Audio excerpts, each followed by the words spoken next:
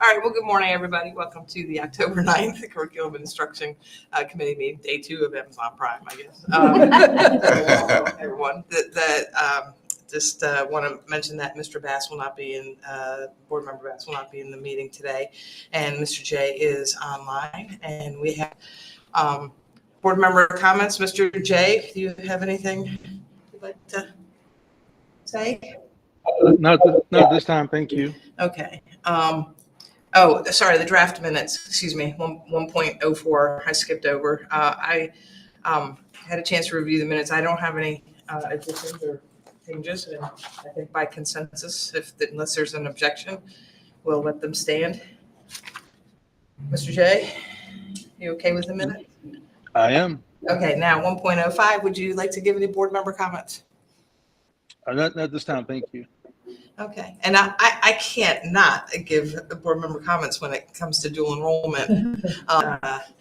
As I think a number of you know, I am a professor at Frederick Community College when I'm not over here. In fact, I'm over there most of the time now as I'm coming to the end of my term on the Board of Ed. And I have a lot of dual enrollment and a lot of early college students, and it's a fantastic program. And I was saying to Mr. Murphy that with my classes, I know who they all are, and they come not just for office hours, we call it coffee hours, and they just come and hang out in my office. So I can just keep good tabs on everybody to make sure that they're getting, they don't need TLC. In fact, my best students are my dual enrollment students. So I just want to, I'm not this, at least this semester, because they're the ones showing up for help. They're always logging into Zoom meetings Monday nights at 9 o'clock.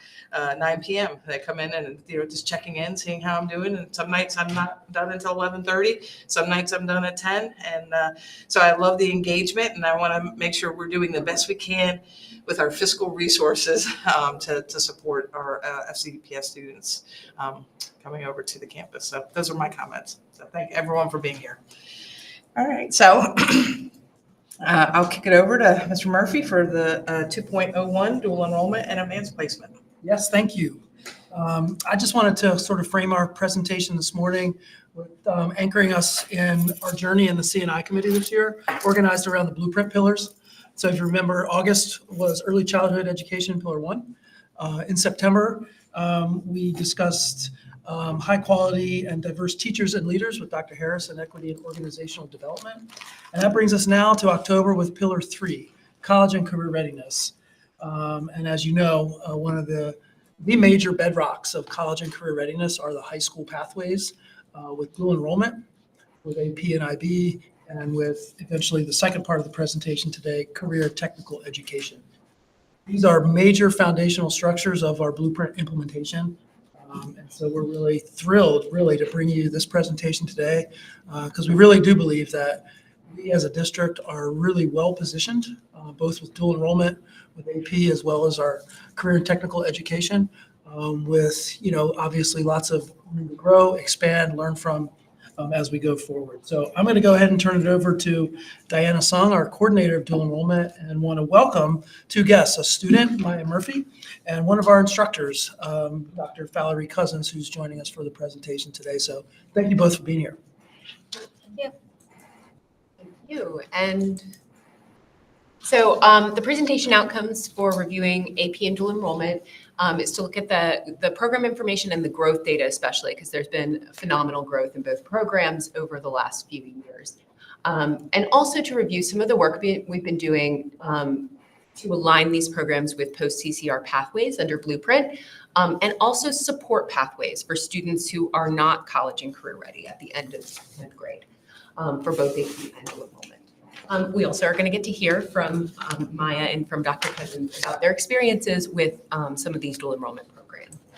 So first of all, I just wanted to remind everyone of what the program definitions are, because we hear dual enrollment and it covers actually a wide variety of experiences for our students.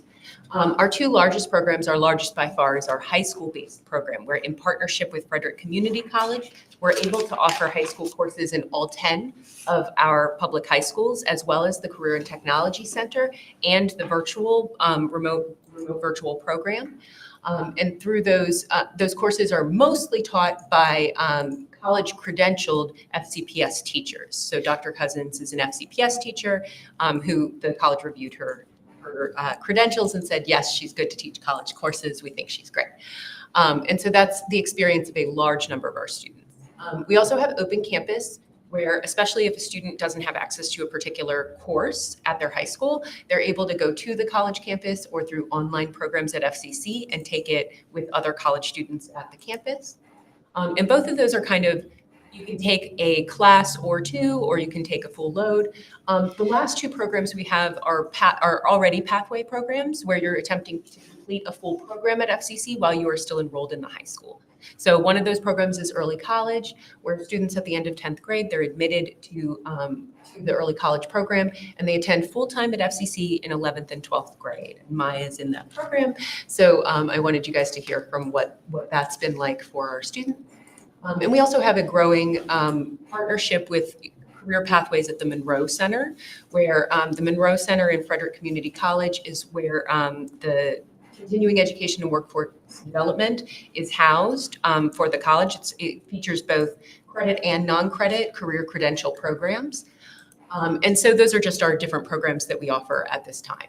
And if I could, I'm sorry, I did want to just publicly acknowledge FCC for their commitment, particularly not only all things dual enrollment, but the work we're doing at the Monroe Center with Career Pathways. I think we as a district and with FCC have been talking about ways to leverage that space during the school day for a long time. And the fact that we have more and more students who are attending programs there is another real success story, I think, but could not have been done in partnership from FCC. And I'll just dovetail, that partnership wouldn't happen without the city, because the city was able to work out a deal for FCC to use that space. So it's everybody working together.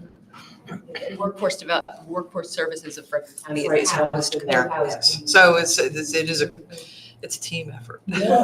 Truly. So we've had historically a lot of growth in dual enrollment because it's kind of newer to the county, but since kind of COVID, there's been some astronomical growth in programs. So dual enrollment participation by number of students has increased by more than 75%. You can see the actual numbers of students each year. Of course, this school year's is still preliminary because students may add or drop for spring. We're not quite sure yet, but they're pretty close to accurate.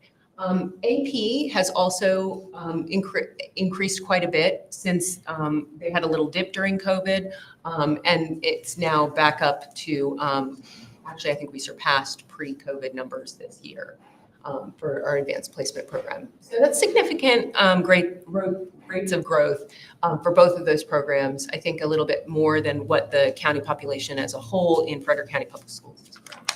And sorry to interrupt again, but just to underscore the AP, sometimes there can be a myth out there that the rise in dual enrollment brings about a decrease in AP. But if you go back to that last slide, you'll see that that's actually not true. In both examples, we have increasing number of students, both with dual enrollment as well as AP recovering from the pandemic. So I always like to point that out. A lot of students do both programs. About 60% of students in each program are co-enrolled in one of the other. So within those growth numbers, though, it masks some more complex stories of growth. So I just wanted to pull out a little bit from this. Our early college has kind of exploded. So in fall of 2021, we had 40 students enrolled in the early college.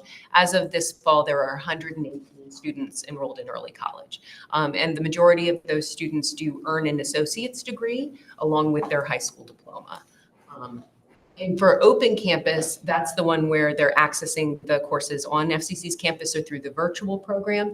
That has also seen some explosive growth. So fall of 2021, there were about 223 Open Campus students.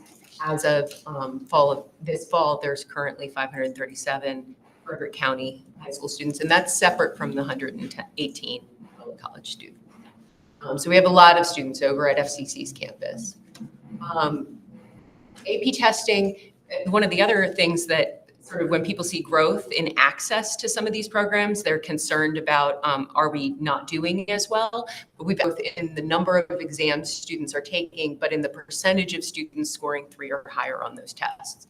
And that's pretty remarkable. When you look at, we have more than 1,000 more exams last school year than in 2021. And we now went from 59% scoring 3 or higher to 72% scoring 3 or higher. That's pretty incredible. I also just wanted to share, this idea of taking a dual enrollment course or an AP course by the time you graduate from high school. Because it's not just who's enrolled currently, it's in the growth in the journey, the learning journey of a Frederick County Public Schools student. Are they accessing these programs? For AP, that's remained fairly consistent with our senior classes, about 50% of kids taking 1 or more. And then 3 or more is also, there's a lot of research around when you take 3 or more or college level courses, it has an increased benefit for students. So we also like to track that. So you can see AP in terms of percentage of our students who are graduating with it, although there's been growth, the number of students is relatively level in terms of the percent of our students accessing that program. Dual enrollment has actually had not only growth, but also an increase in percentage of students who are graduating with a dual enrollment experience, both with 1 or more class and with 3 or more. So I just wanted to give some of that context. And then I also, of course, want to be cognizant of our equity and access with these advanced coursework programs. We know that nationally and statewide, these programs are often disproportionately accessible to students from some different groups that are already underrepresented in higher education. So we've been tracking that over a few years. And again, this is seniors who have participated at any time in dual enrollment. So you can look, the first one is all students for the last 4 years. But you can also see the growth by some of the student subgroups that we are especially aware of and trying to reach out to, including Black or African American students, Hispanic Latino students of any race, students who participate in that free and reduced meals program, students with a 504, which now is almost equitable to our general student population, which is really exciting, and students with disabilities. So you can see that we're having some growth in those areas too through intentional targeted work. And then the big work we've been doing is to align these programs with Blueprint. So we're looking at how can we take these programs that previously maybe students have taken courses in and making them a meaningful pathway for our students. So there's a couple of pathways programs we already had, like Early College and International Baccalaureate at Urbana High School. And those programs, we did look at how we could increase capacity in those programs and allow more students to access those existing programs. There was also an expansion of career and technical education pathways within DE, advanced placement. And you'll hear from the career and technical education folks, a lot of those programs have dual enrollment as a pretty key feature, or even advanced placement as part of their pathway.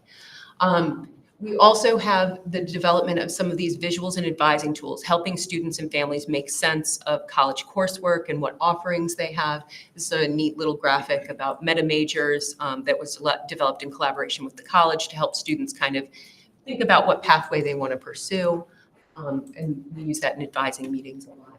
And just to underscore the meta majors that was worked on last year, real intentional work to try to move away from what the literature calls random acts of dual enrollment, just kind of picking off the menu of taking a course, being really more intentional about pathways, about areas of interest, about future career interest. So this has been a really helpful organizational tool that we've partnered with FCC on, ensuring that students are on a path, not just picking off a menu.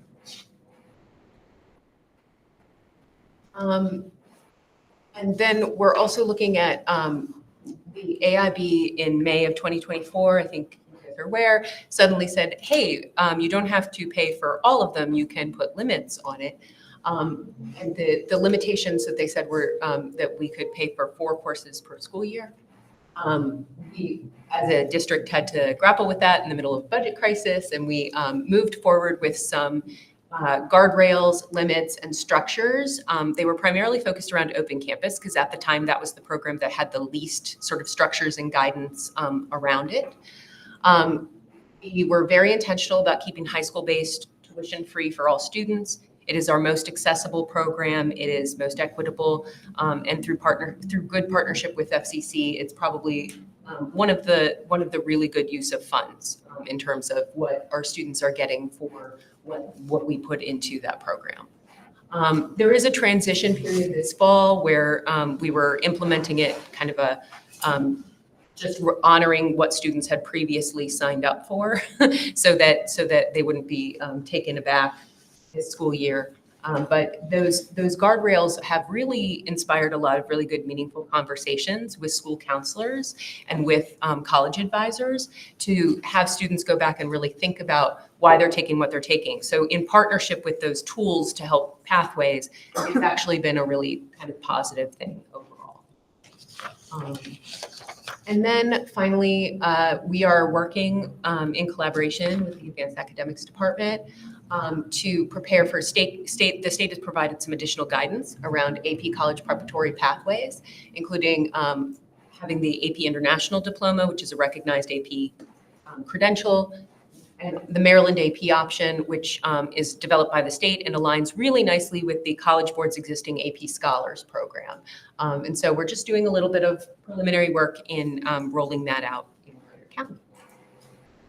We also, though, have a number of students who are accessing both dual enrollment and AP as either pre-college and career readiness, college and career readiness, they're indicated at the end of grade 10. So in grades 9 and 10, we may have some students who are ready by prerequisites, but we allow them access to participate in some of these courses. And then we also do have what we would consider support pathways, where students are accessing some of these college programs, even though they are not officially deemed by the state college and career ready. And we have some very intentional supports that we are putting in place for some of those programs. So for example, Career Pathways at the Monroe Center exists as a larger program, but there's currently a partnership that is happening between the Multilingual Learner Department in Frederick County and also with the Monroe Center to allow some access for some multilingual learner students to some of those programs in a very intentional kind of supported program. There's also been some adjustments to the prerequisites for high school-based and AP courses. So just making sure that students have the credentials they need to be prepared to be successful in these courses. And we base that on success rate data, and we look very closely at how students are doing. We also have some at the high school. We have been really intentional about looking at what the college's offerings are. And the college offers a number of what's called blended developmental and credit courses, where developmental education at the college level is essentially, students who are not considered college ready by the measures that the college have access to these courses where they're not earning college credit, but they're learning academic skills and becoming prepared. FCC has, along with a national movement, has some of these blended courses where they receive just-in-time supports with the what's considered developmental curriculum and college credit-bearing transferable credits. We have a couple of those running in our high schools. We have Math 101A, and we have ESOL 100 for a couple of students. Not a couple of students, it's more than a couple, but it's a few targeted high schools, and those have been really successful for launching kids onto college pathways. We also have some college prep classes like ACE 101 or ACE 107 that we sometimes target at either some of the younger grades or students who are not college and career ready at the end of 10th grade. And then we also do personalized pathways for specific students' needs. The college has a large number of programs. They're an open access institution. They are committed to serving all students just as we are. And so we really work well and partner for some of our students that are not able to meet the college and career readiness standard at the end of 10th grade, but would benefit from participating in one or more of these college programs. And that's also under Blueprint, under Pillar 3, we are required to partner with FCC to provide support pathways. And so I just wanted to share a little bit of what we're doing there through dual enrollment, but it's also its own thing. And then I'm going to turn it over to the fun part of the program where you get to hear a little bit from Maya Murphy. She's an early college senior this year from Ligonor High School, and from Dr. Valerie Cousins, who's taught for several years now, I think, at Frederick High School. She teaches science. She teaches a number of college courses in science. But I'll start with Maya. Hello, As previously said, my name is Maya Murphy. I am a senior from Lee North High School, and I am part of dual enrollment's early college program at FCC. So I am earning my AA in sociology along with getting my high school diploma. And initially, I was very interested in this program because I thought it would challenge me as a student and a person and help me grow. And that was true. It very much helped me get ready to go into a 4-year college and then my career afterwards. Since I have joined the program, I have made many friends and have found support through my peers as well as my professors while keeping the same support I have from my home high school. I get regularly checked in by my high school counselor to see how things are going and also to help me prepare for sending out applications to colleges because I got to do that this year. As well as thinking for the future, what I want my career to be, where do I want to live, and what pathway is going to be the end goal. And these people from both my high school and at FCC, they have helped me adjust to this new setting, to my new workload, and my personal well-being that comes with going to college full time.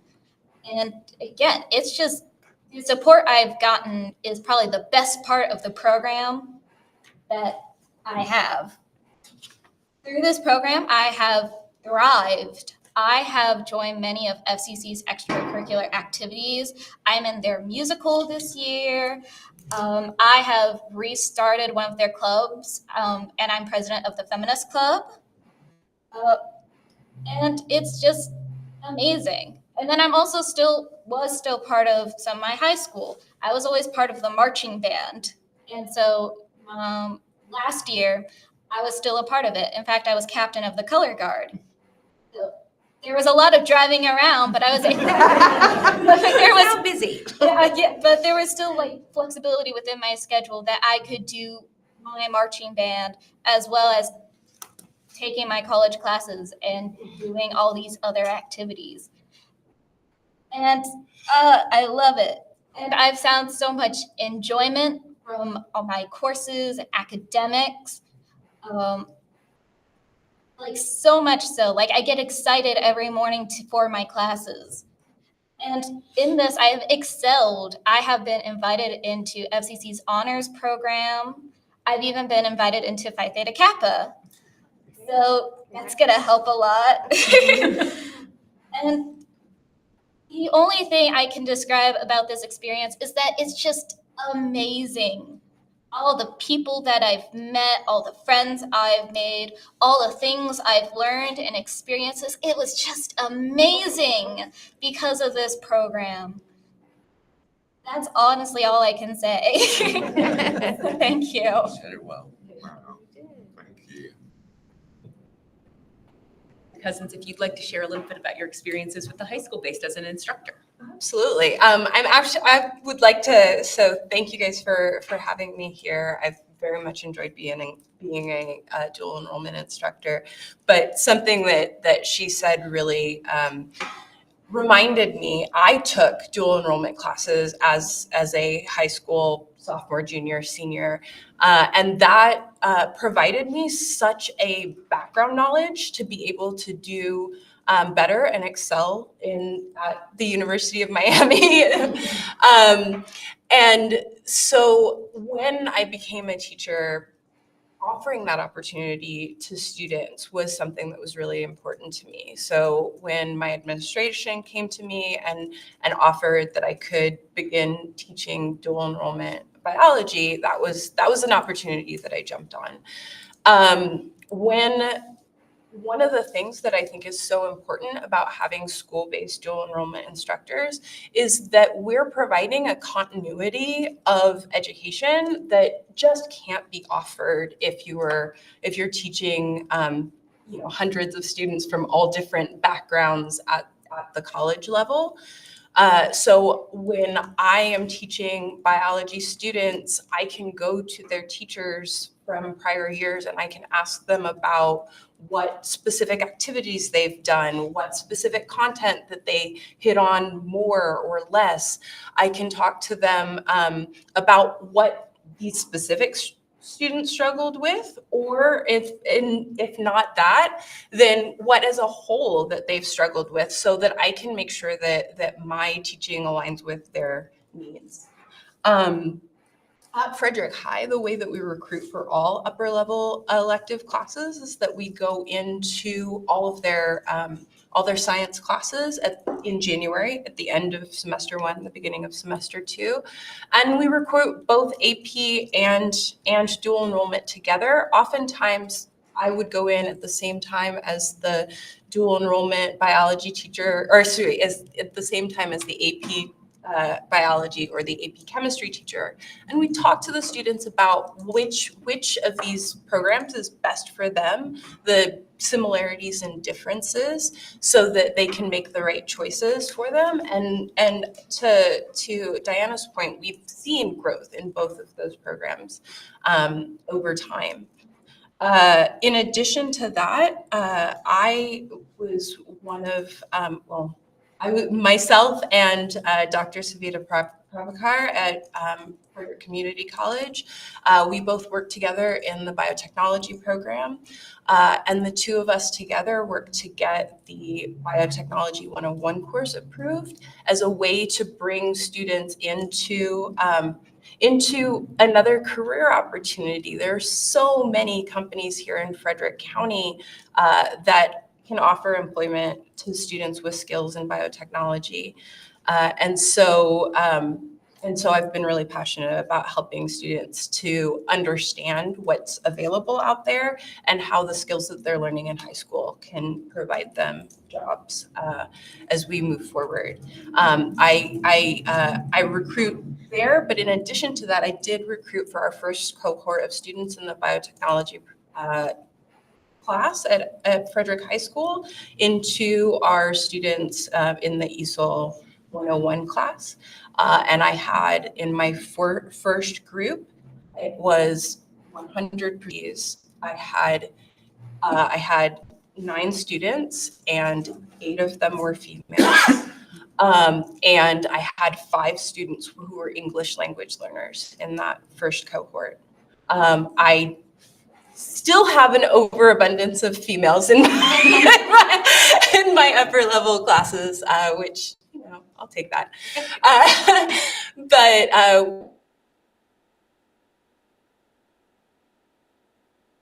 we are starting to this program, both as an opportunity to get some job skills straight there in the high school classroom, and also we offer a micro-credentialing program within that course to allow them to get some digital badges to show employers that they can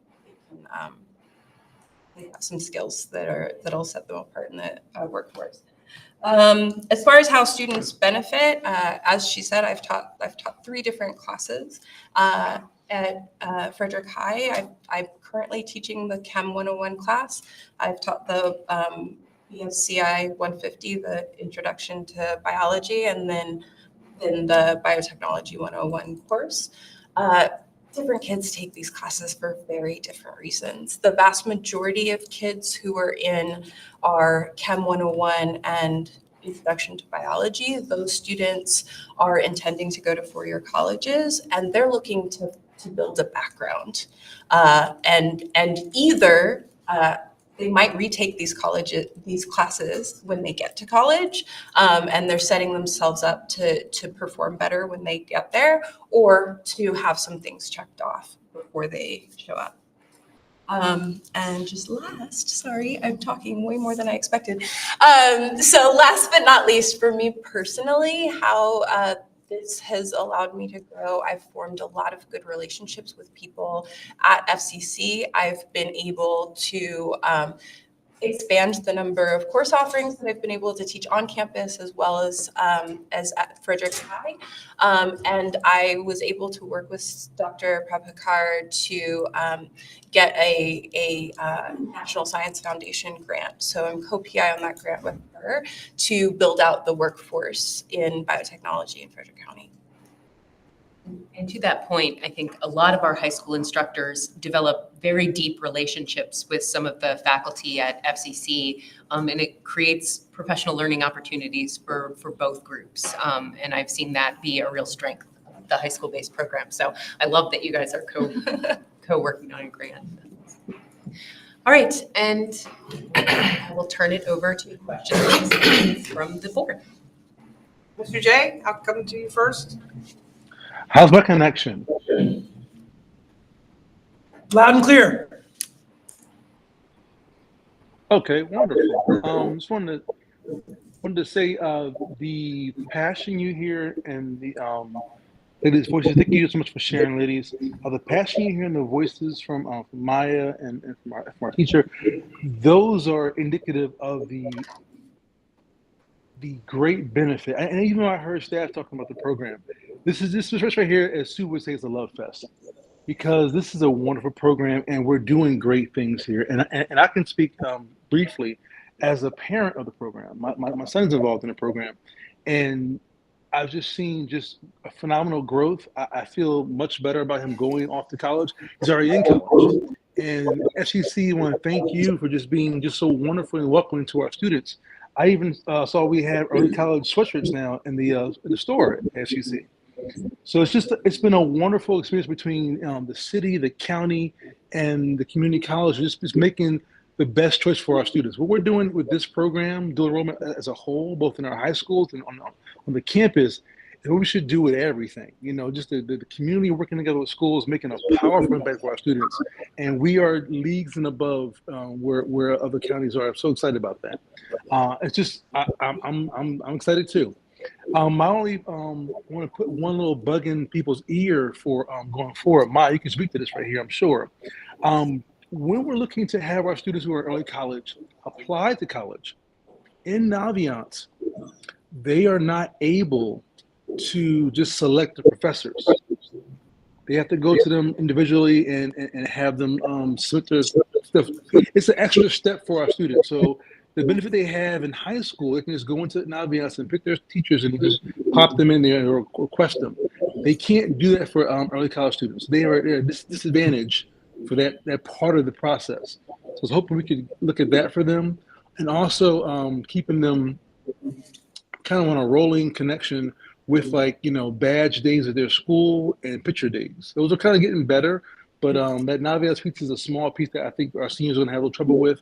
And I've heard from students who told my student and his mentor student the year before, they had trouble with that one small piece. That's one small piece that we can look at making better. This is a wonderful program. Thank you all for sharing. I'm very excited about it and thrilled for it. Thank you. Thank you, Mr. J. Ms. Sung, did you want to address the Naviance thing? Yes, thank you for drawing attention to that, Mr. J.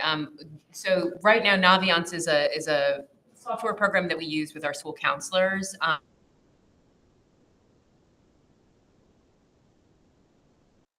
And it integrates with Common App. Our students are not able to request a recommender outside of FCPS. So actually, it's a bigger problem than just for early college, because we have, you know, as you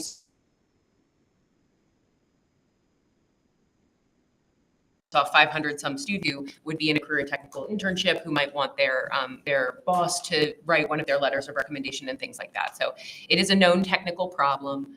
And our counselors do work with students to overcome it, but we are attempting to work with the company to try and resolve that. It's just been challenging. So thank you for drawing attention to it, though. It does make it easier too. Anything else, Mr. J? Oh, no, that was all. Thank you all so much. Okay. I'll just weigh in. I think this is wonderful.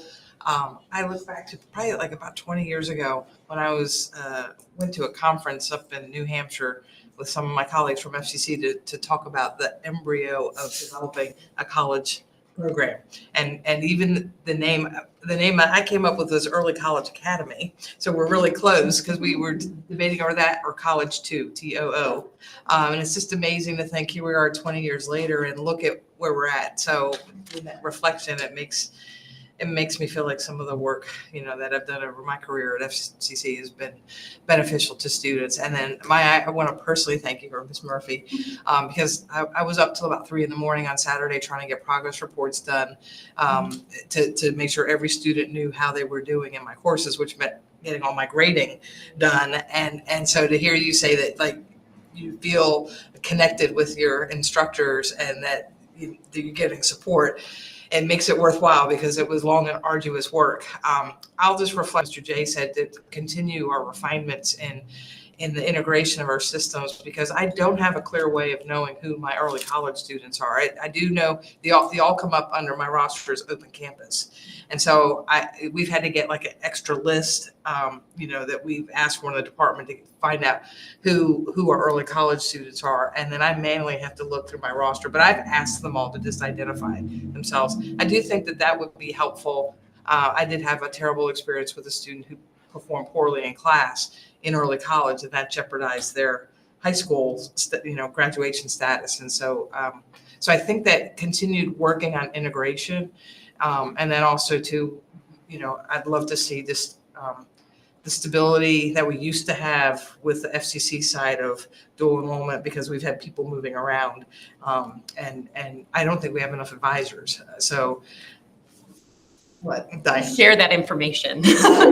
We do not have enough advisors. And so I think those are back end issues that you might not even know about. This. I'm glad you think that everything's running smoothly, but I definitely see areas where we can continue working, both with the FCPS and really in particular the FCC side, because my main concerns now are on the FCC side of the house.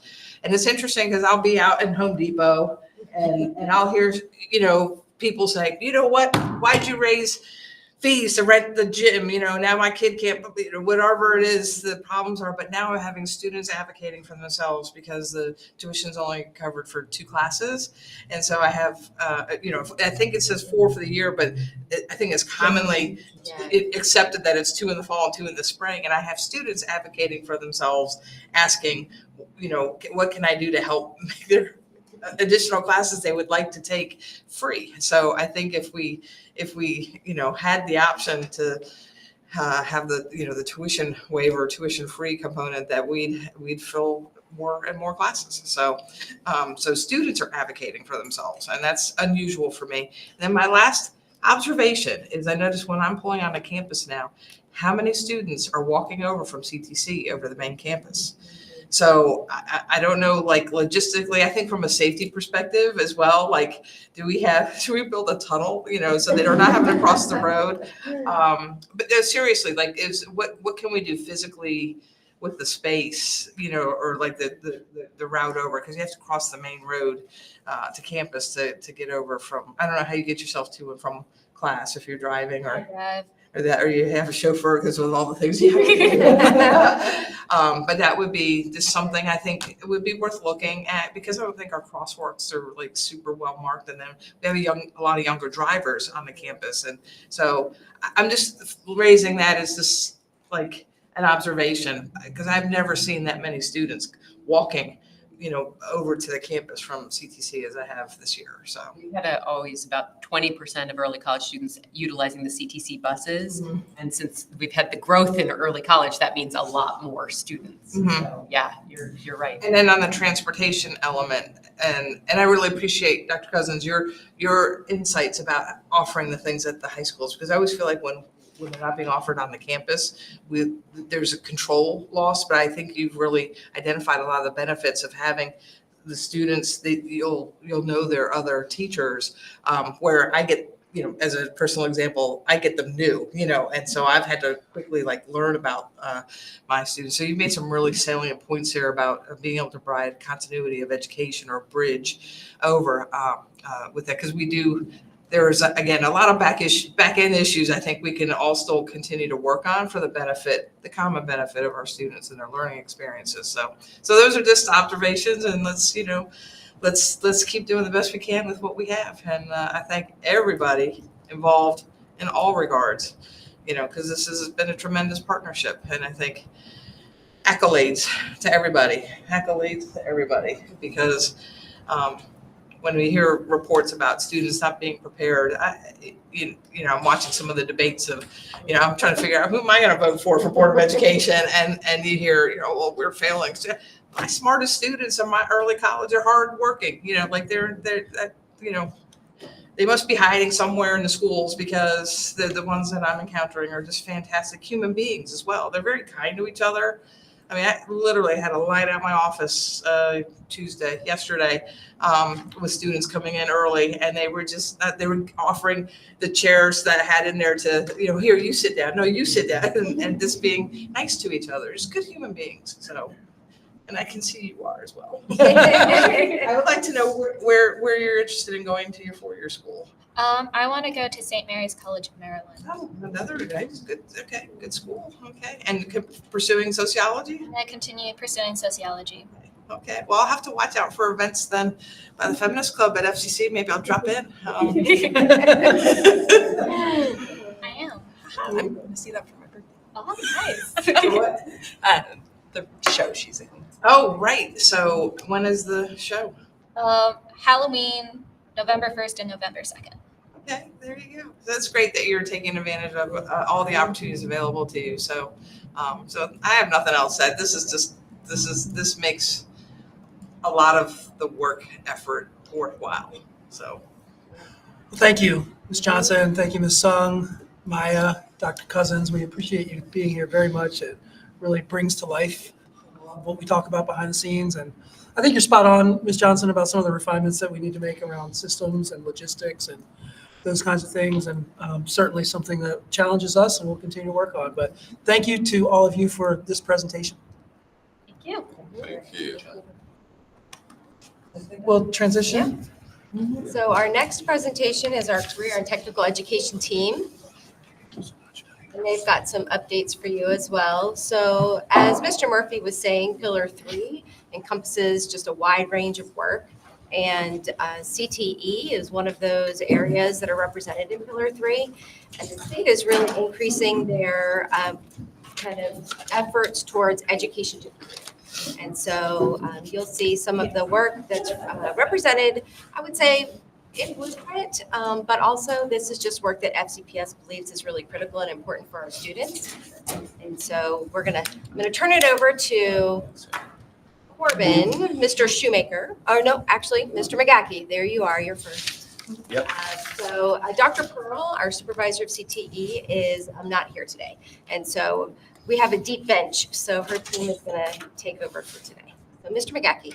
So thanks for inviting us here today. We're excited to share. We have 3 members of our team here and some other members back there. Dr. Pearl couldn't be here today. I'm Norm McGackie alongside Corbin Shoemaker. We're the coordinators of CTE, and we have Laura Brown, our career coach coordinator as well. We wanted to take this opportunity just to provide you some updates on our career and technical education. And first thing, as talked about, discussed earlier, Pillar 3 for Blueprint for Maryland's future. There's very clear expectations for CTE programming. Our focus is to have robust programs that allow students to earn the industry certifications and also complete registered apprenticeship program. And our goal, of course, is 45% by 2030-31. So we're going to give you an overview of some highlights, some points that we've really focused in on. And first, I'm going to explain the career pathways, and then Corbin is going to review the progress towards industry recognized certification and some of the progress on building the apprenticeships. And then Laura will provide information on the Career Coach program. So that's sort of the game for today. So the first is the the pathway focus, we realized that in order to have certifications, we need students in a pathway, because most certifications are in that second or third course. So we have 44 robust pathways at the high school currently, and we're excited about those pathways. And, you know, the students can choose those. And what we've done recently is really strategically align those high school courses, pathways to our middle school. And that's been a big initiative here within the last 3 years. So our middle school, in middle school, we now have students can explore 3 different pathways: business, computer science, and engineering. And all the courses, they don't have any prerequisites. And some students, what we're seeing is they may already know what their interest is, and they can really dive and immerse themselves in that pathway. And so while others might just want to experience one elective, maybe choose it here in this grade, 6th grade, 7th grade. So each pathway offers a unique course in each grade level. And to go even further, students can sign up for a semester or year-long for any of the courses. So we have a lot of flexibility. Middle school administrators, counselors have done a great job. Our teachers have done a great job buying in, growth mindset. It's been a lot of work, but it really, what it does, it aligns that middle school pathway and not only provides student choice, but also enhances that career exposure. And that was really the goal that we wanted. And then by building that, students can make informed decisions. And we realized, we did work with some students, and they wanted more career exposure in middle school, so they could make better choices when they got to high school. And so that's where we are right now with the pathways. And of course, we're committed to the continued development. This will not end. And it's really to inform and engage our key stakeholders, which of course are parents, students, and the community. And the teachers, I just can't say enough, they've done a great job transitioning to this. And now I'm going to turn it over to Mr. Shoemaker, and he's going to talk a little bit more about industry certifications. So our CT teachers have been preparing students for industry certifications for many years. The blueprint calls them industry recognized credentials, or IRCs. The goal was 45% for all graduates to earn an IRC, and so with that goal, we were really stepping up our efforts. This is a rapidly changing topic as MSDE and the Blueprint Committee are finalizing and making decisions about which certifications count towards that 45%. The list is accepted. Once the list is accepted, it's available to the entire state, and additional certifications will be added as they meet the industry needs. With that in mind, we're going to share some data around these topics. We currently have 111 certifications available to students, opportunities for certifications available to students. We added 1 in the past year since the last presentation. Again, this number is fluid as the AIB approval process is underway to ensure that our certifications align and count towards that 45% goal. Last year, we had 1,364 students earn an industry certification. That's 208 more than last year. Students can earn multiple certifications, and so we have a total certifications of 1,534, about 84 more than last year as well. Where's my mouse? There it is. I also want to highlight, it's not up there, we have the Career and Tech Center, where 93% of those students that were enrolled earned an IRC last year as well. And so we want to make sure we highlight them. So we study the graduating class earned certifications. We had 22% last year, which is about 5 percentage points more than the previous year. Seniors that earned an industry certification coming into this school year is at 17%. So they're starting the school year with about 4% more than where we were last year. We study the number of students that are completing or being concentrators in CTE programs of study. We are at 65%, which is 15 percentage points more than last year. This is important because as students progress through a program of study, they're more likely to attain an industry certification. The Blueprints 45% also counts students in a registered youth apprenticeship. We are excited to have our work-based learning teacher specialist, Mike Brown, to continue this work. And we want to highlight some of the work that's recently been done around this. The CTE team recently wrapped up the Maryland's Works Grant, which supported students with entering the apprenticeship program. The grant helped encourage companies for taking their first apprentice by providing financial support for the cost of taking on that student role. Thanks to this, we have added 10 new employers, including the county and city government, which we want to highlight, as well as private pre-K centers, 3 private pre-K centers that support our child development associate students at the high school. Although this grant ended in August, we are happy that both the city and county government, along with most of the participants in the original grant, are continuing to offer positions this fall. We use these funds from the original grant to strengthen partnerships between administrators, counselors, teachers, and students. With the grant, we worked with consultants. We evaluated our processes and stakeholder experience, and they made recommendations on how we could improve the overall program to meet the 45% goal. We also developed a mentor program, which is an essential element to the apprenticeship program, and we hosted a training in September. We expanded our recruitment and marketing efforts to help students see themselves in the program, along with expanding employer buy-in with local companies. Thanks to the efforts of work-based learning coordinators at the home schools, the comprehensive schools, and the new career coaches, we are seeing increased awareness in this program, as well as increased participation and students completing the program. Last year, you can see the numbers on the screen. We increased the number of students from 50 to 67 who participated in the program, and total completion went from 12 to 34. As we wrap up this fall hiring season, we have 15 students placed with 8 different companies. There's a few more that still need to be finalized, and we're hopeful that the resources that the state is providing around this topic will see continued growth as well. We'll now turn it over to Laura Brown to talk about the work being done in Career Coach Program. Thank you.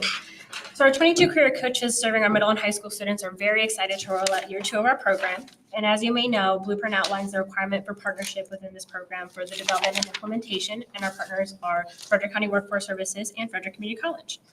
Our career coaches have all completed the Global Career Development Facilitator training, and many of our coaches will earn their required hours this school year to earn their GCDF certification. Over the summer, our career coaches also earned their Dependable Strengths Facilitator certification. And this certification allows our coaches the opportunity to lead dependable strengths trainings with students. Students will walk away from these trainings with a strong sense of self and a deep understanding of their dependable strengths. Over the summer, our team also developed program standards based off of MSDE's Career Development Framework. So our career coaches then developed curriculum off of those standards, and they are aligned from middle school to high school as well. Our coaches implemented the use of these standards and curriculum this school year. We continue to emphasize knowledge of self and knowledge of careers in middle school, and then transition to knowledge of post-CCR pathways, career readiness, and post-secondary options in high school. Coaches are doing important work with students in a variety of different ways. Coaches are facilitating one-on-one individualized meetings, small group meetings, also collaborating with teachers to connect curriculum to careers in the classroom, as well as presenting co-curricular career lessons and facilitating career exploration activities with students. Career coaches have also developed an extensive directory of business contacts within our community, and they tap into that network for guest speaker opportunities and field trips as well. This year, career coaches and secondary students also have access to Pathful. It's a brand new tool, a career exploration platform that allows students to learn about their strengths, their interests, their abilities, and also have access to over 3,000 job shadow videos. This will allow students to explore the global spectrum of careers right within their FCPS school building. I want to thank you again for the opportunity to highlight the work of our staff and our teachers as they support students to be career ready. Please let us know if you have any additional questions. Mr. J, I'll jump to you because I know you have a hard stop at 11. Thank you. Yes. How's my connection? Good. Yep. Okay, Mr. Post, good. Thank you. This is a again. This is a fun day. I want to thank everybody for presenting. This is really what I just excited about these are things we're leaving our kids with great skills. I've seen it happen. My son's best friend actually is in an active internship working with Dynamic Auto, and they've just been so supportive of him, and just, he's grown. I see his passion, rising. He's going to apply to a mechanical college after high school, and they just prepared him so well. I want to thank all of our businesses for just being so supportive and collaborative with the school system. And it's so much to say, I can't say enough. It's just amazing. I just have a question in terms of MSDEs or the blueprints or the AIBs. I don't know who gets to call the shots on this one. What is our process looking like to increase our program verification? There are great tools out there. There are things from Google. There's things from Microsoft. There's things from Amazon. There's CompTIA things. There are new certifications coming out all the time for different careers in different places. But how's the pathway to turn these great certifications that we can find sometimes at a very reasonable cost or almost no cost into viable blueprint counted programs for our students? You want to take that? Yeah, so the AIB approved a process, I believe it may be August, that came out and was finalized, where there's an application for local school systems to apply for certification to be recognized. That application closes here October 31st, and it includes a number of data points such as labor demand, attainability, standards-based, industry supported. And we have to have artifacts and industry support, local industry support to submit that application. That application then it will be reviewed and I believe sometime in January by the AIB to approve, and that would be added to the list. And we are actually excited about this opportunity because it does open up those opportunities for us to add additional certifications that previously under MSD may not have been recognized. Each district is prioritizing certifications to go through that first round. Every year, we will have the opportunity to submit new certifications that we want to pursue. So this will be an ongoing process that is definitely guided by the AIB's approval process. Oh, that's wonderful. And I think it's important that right now, Mr. J, Corbin's working on just maintaining the certifications that our curriculum is built around before we jump into anything new. So once we get that solidified, then we'll be looking at those newer certifications like you talked. We also collaborate with the other counties around us, Montgomery and Washington and Carroll, to determine who is submitting so that we can support each other with those applications. That's great. That's great. So a question for you all. Tonight at the board meeting, if I were to advertise this program in a really short way,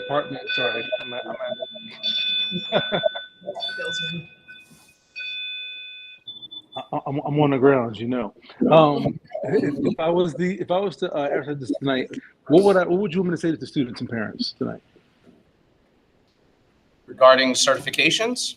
No, about our programs. You mentioned before about getting the word out to our businesses and to our students. What will be your uptake, the quick pitch? What would you want me to tell the community? That partnership with employers is essential to provide students opportunities to make sure they are career ready. Okay, and where would our kids go to get this information? So we're working on website to better provide the information regarding the pathways. We do have all the information in our course guides available to students. Okay, so you go to the counselor then, I guess?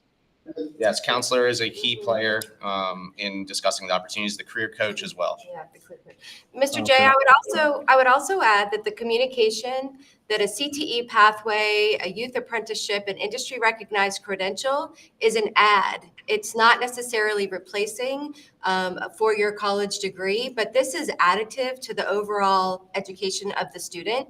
And so I think that the mindset of either or, we really need to shift that to be and. Sure, I totally agree with that.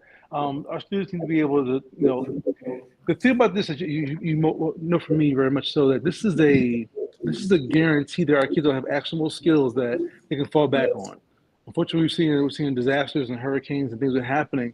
And so what someone has, if they have actionable skills, they can pick up and go somewhere else, and then they can start from the ground level and rebuild their lives. And we have kids who leave us who don't have full support behind them. So when they have a chance to get actionable skill and certifications, they can go on their way. Some of them are going to leave us at CPS and not have support. And that breaks my heart. But if we can give them skills and equip them so when they leave us, they can feed themselves, we have done a great thing. So thank you all so much for what you're doing. Thank you. Anything else, Mr. J? That is all. Thank you all so much. All right. I don't know if you're going to pop off in a few minutes, but I'll just say see you later. I am. Thank you. Yes. I just had a couple of questions. I think this is wonderful. I'm going to take an opposite track of Mr. J. I want to be, because I think we don't have enough room, space for students, and you hate promoting a program that, that we can't offer to everybody, or programs that we can't offer. So that'll probably be one of the most disappointing things for me, having served on the board, is wanting to help expand our career programs and career and technical education. And that's frustrating. So I know in a larger picture, we need more space. So when we're talking about partnerships with our industry partners, we need more space. So, I mean, we can't get around that. So I know that's not related to the actual, core of what this presentation is about, but is this something that just continues to loom over?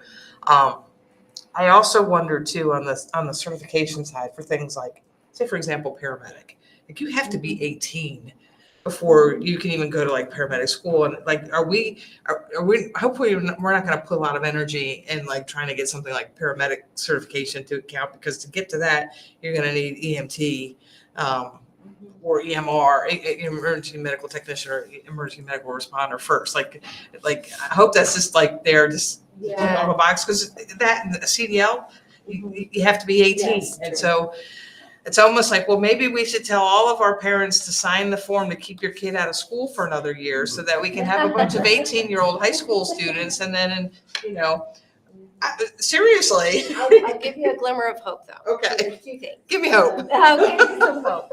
Our next CNI in November, we're going to be talking about some new courses in the course guides and some new things that we'll be adding. And so the fire and rescue program, that has industry recognized credentials that will likely be precursors that will kind of whet the appetite of students so that maybe they will go on after they're 18 to their EMT. And so you'll get more information next month about that.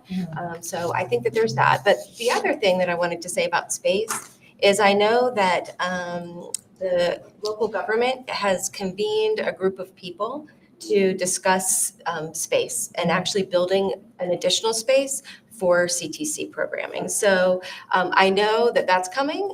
There are 3 meetings actually on the calendar to get together different stakeholders to discuss that process. So that's a little bit of hope. Okay, because I know Congressman Trone is very a big supporter of trying to improve the space that we had, and of course he's not, going to be back in our district, and so it's just like, how do we crack that nut? So.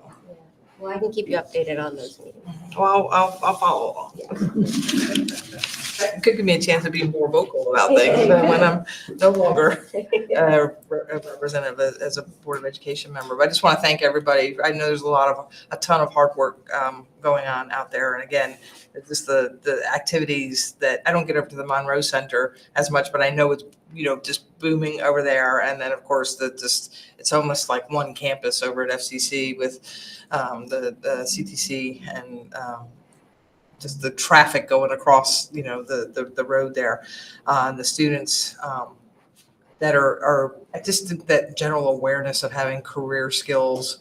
I know, again, from my volunteer fire side, I just know a bunch of students that have been that have gone previously, and then the program kind of went away, and then now it's resurged with the fire science work. And I did take Dr. Dyson over to meet with Chief Coe, and they actually had students over at the public safety training facility.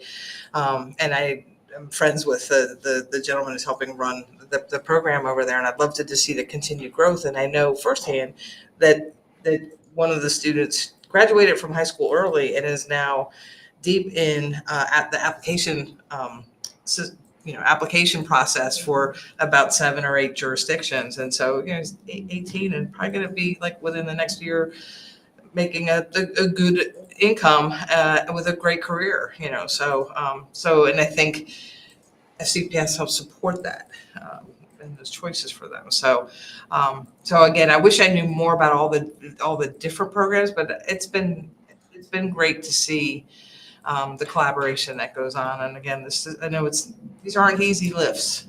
They're not easy lifts. And then dealing with external bodies that might think they know what's best for us, because I think, oops, I got a head shake on that, where I think we know what's best for us. And it's just having those conversations to, I guess, convince others. Again, this thing about the biotech side of things and the base of industry we have right here in Frederick, and building that, just a whole pipeline of collaboration that we could have would be fantastic, to continue to grow on that. And I'd hate to see someone in Annapolis say, well, you can't do that, when it's what's right for us. So I will say we have great folks on this team who are very persistent. They're not going to give up. Well, again, if we could just get more space, and I don't know, more money. These are just such challenging times, but just keep advocating for what's right for our community and what's right for our students. And I guess that lets you go to sleep at night, is just knowing you're doing your best for the everyone that's coming through our doors every day. So thank you all deeply for all you do. Thank you for your support. All right, thanks, team. Nice job, guys.